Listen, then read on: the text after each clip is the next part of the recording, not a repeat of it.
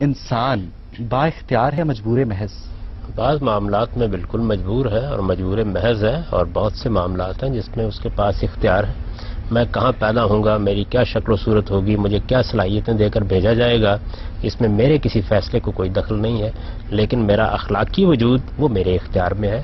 میں چاہوں تو شر کا راستہ اختیار کروں، چاہوں تو میں برائی کا راستہ اختیار کروں، اور چاہوں تو بھلائی کا راستہ اختیار کروں. اللہ تعالیٰ نے ان دونوں باتوں کو قرآن مجید میں واضح کر دیا ہے، اور یہ ہمارے عمومی مشاہدے سے بھی بالکل واضح ہے. ایسا اچھا یا برا ہونا جب یہ لوح تقدیر پر پہلے سے ہی لکھ دیا گیا ہے تو پھر ہم ہٹلر کو تو اس کے جرائم کا مورد الزام نہیں ٹھہرا سکتے؟ لکھ دیا کا کیا مطلب ہے؟ یعنی اس دنیا کے اندر جو کچھ ہو رہا ہے اللہ اس کا پہلے سے علم رکھتا ہے. اپنے علم کے لحاظ سے وہ دنیا کے ساتھ معاملہ بھی کرتا ہے. جن معاملات میں اس نے اختیار دے رکھا ہوا ہے اس میں لکھا یہی ہوتا ہے کہ آدمی اپنے اختیار سے آج فجر کی نماز پڑھنے جائے گا اور آج نہیں جائے گا، اپنے اختیار سے آج کم تولے گا اور آج نہیں تولے گا، اپنے اختیار سے آج فلاں پر ظلم کرے گا اور آج نہیں کرے گا. تو اختیار اللہ تعالیٰ کا دیا ہوا ہے اخلاقی معاملات میں. اس کو قرآن نے بیان کیا ہے، یہ کہا ہے کہ انا ہدینہ النجدین، ہم نے اخلاقی لحاظ سے خیر اور شر کے، برائی اور بلائی کے دونوں راستے انسان پر واضح کر دیے ہیں. اس کے بعد یہ انسان کو فیصلہ کرنا ہے کہ وہ چاہے تو خیر کا راستہ اختیار کرے، چاہے تو خیر یا شر کا راستہ اڈاپٹ کرنے میں مکمل طور پر آزاد ہے. انسان خیر اور شر کے بارے میں ارادہ کرنے میں پوری طرح آزاد ہے، اقدامات کرنے میں پوری طرح آزاد ہے. اگر اس کا کوئی اقدام حدود سے اتنا تجاوز کر رہا ہو کہ دوسروں کے لیے مسئلہ بن جائے تو بعض اوقات اس اقدام کو روک دیا جاتا ہے، لیکن وہ مجرم ہے تو مجرم قرار پا جائے گا. اس نے خیر کا ارادہ کیا. جو بھی معاملات ہوتے ہیں خدا کو پہلے سے پتا ہوتا ہے. انسان کے اختیار میں اس کی صلاحیت ہی نہیں ہے تو کس بنیاد پر اس سے پھر حساب لیا جائے گا؟ صلاحیت آپ کے اختیار میں نہیں ہے. اس صلاحیت کو آپ نے کیا نشو و نما دینی ہے، کہاں تک پہنچانا ہے. اور معاف کیجیے گا، صلاحیتوں کے استعمال کے اوپر کوئی مواخذہ بھی نہیں ہوگا.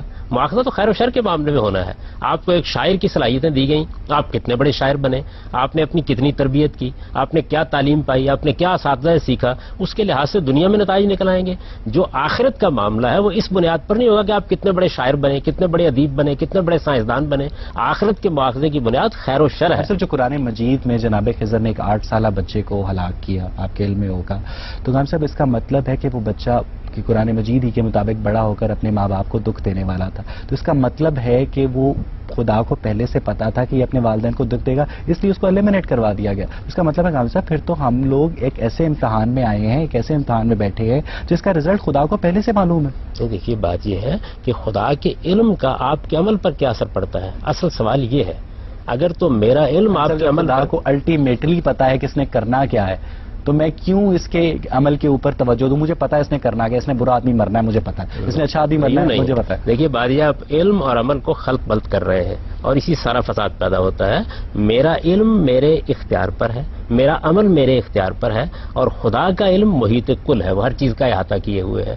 اس نے میرے اندر کوئی کل نہیں نصب. محیط کل اس لیے نہیں ہو سکتا کہ اگر اس کو مستقبل کا حال بھی منوان پتا ہے تو پھر انسان با اختیار نہیں ہو سکتا. اگر انسان با اختیار ہے تو پھر اسے مستقبل کا حال نہیں پتا ہونا چاہیے. اسے مستقبل کا حال پتا ہونا چاہیے. وہ پتا کیا ہے؟ اس کو یہ پتا ہے کہ جو میں نے اختیار دیا تھا اس کو استعمال کر کے یہ آدمی یہ کام کرے گا. آپ اصل میں خدا کے علم کے اندر سے اس کے دیے ہوئے اختیار کو نکال لیتے ہیں. تو خدا نے کیسا اختیار دیا گیا ہے جب الٹیمیٹلی خدا کو پتا ہے کہ اس نے کام رزلٹ کیا پروڈیوس کرے گا؟ اس پہ اختیار سے کوئی اثر ہی نہیں پڑتا. میرا علم آپ کے بارے میں، آپ تو ایسی بات، میرا علم مجھے 4 سڑکیں دکھا دی گئی ہیں، ان کی اینڈ منزل ایک ہے، میں جس مرضی سڑک پہ ٹریول کروں میرا ارادہ ہے، میرا اختیار ہے، لیکن جو اینڈ رزلٹ ہے وہ خدا کو پہلے سے معلوم ہے کہ اس نے یہاں پہنچنا. نہیں دیکھیے یہاں پھر آپ نے مثال صحیح نہیں دی. آپ کو 4 سڑکیں بتائی گئی ہیں، ان میں سے جس پر آپ چاہے جائیں سب کا نتیجہ الگ الگ نکلنا ہے. خدا کے علم کا اس پر کوئی اثر نہیں ہونا. خدا نے اپنے علم کی بنیاد پر آپ کو کہیں نہیں روکنا. البتہ یہ ہو سکتا ہے کہ کسی موقع پر آپ کا عمل دوسروں کے لیے مسئلہ بن رہا ہو تو خدا اس میں مداخلت کرے، اور اس میں بھی اگر آپ کا ارادہ تھا تو آپ مجرم قرار پا جائیں گے. آپ یہاں سے نکلے، آپ نے حج کا ارادہ کیا، آپ نے احرام باندھا. 4 الگ الگ سڑکوں پہ نکلنے کے 4 الگ الگ نتیجے نکل سکتے ہیں. یہ خدا کو پتا تھا، یہ نہیں پتا تھا ایگزیکٹلی کہ وہ کس نتیجے تک پہنچے گا. خدا کو علم تھا. خدا نے آپ کے اختیار پر کوئی قدغن نہیں لگائی. دیکھیں 2 باتوں کو بالکل الگ الگ کریں. مجھے علم تھا کہ آج آپ یہ پروگرام کریں گے، میرے علم کا آپ کے عمل پر کیا اثر ہوا ہے؟ عذرائے کرم بتا دیجیے.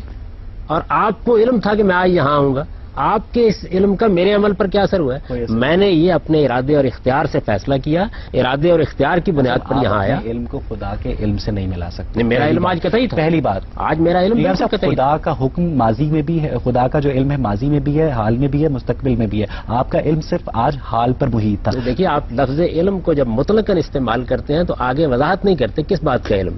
اس بات کا علم کہ آج یہ اپنے اختیار سے یہ کام کریں گے، وہ علم یہی رکھتا تھا، اپنے اختیار سے یہ کام کے خیال میں انسان پری ڈیسٹنڈ نہیں ہے؟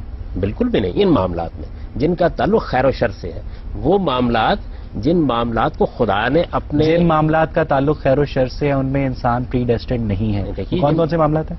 خیر و شر کے تمام معاملات۔ مجھے اچھائی کرنی ہے، مجھے برائی کرنی ہے، مجھے جھوٹ بولنا ہے، یعنی اس کا رزلٹ پہلے سے خدا کو نہیں پتا؟ رزلٹ معلوم ہونا ایک بالکل الگ چیز ہے۔ رزلٹ معلوم ہونے کا میرے عمل سے کیا تعلق ہے؟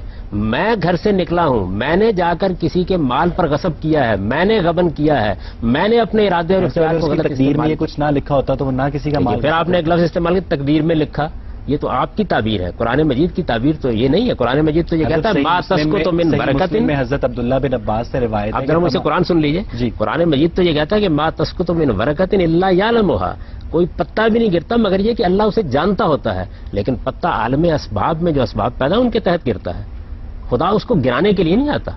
یہ ایک پتا بھی گرتا ہے، ہوائیں اس کو اٹھا کر جہاں سے مانے یہ بھی تو آتا ہے نا اس کی 23ویں آیت میں کہ انسان پر کوئی بھی مصیبت تب تک نہیں نازل ہوتی جب تک خدا کی اجازت نہ ہو۔ نہیں، دیکھیے بات ہے، اذن اور اجازت بالکل الگ چیز ہے۔ اذن اور اجازت کا مطلب یہ ہے کہ جب کوئی معاملہ ہونے لگتا ہے تو خدا مجموعی حکمت کے تحت یہ دیکھتا ہے کہ اس کو ہونے دینا یا نہیں ہونے دینا۔ آپ نے قتل کا ارادہ کیا، آپ گھر سے نکل کھڑے ہوئے، لیکن یہ قتل اس وقت مجموعی حکمت کے لحاظ سے نہیں ہونا چاہیے، تو آپ کو قتل کرنے نہیں دیا جائے گا، لیکن آپ مجرم قرار پا گئے ہیں اس لیے کہ آپ نے اپنے ارادے اور اختیار کے ساتھ قتل کا اقدام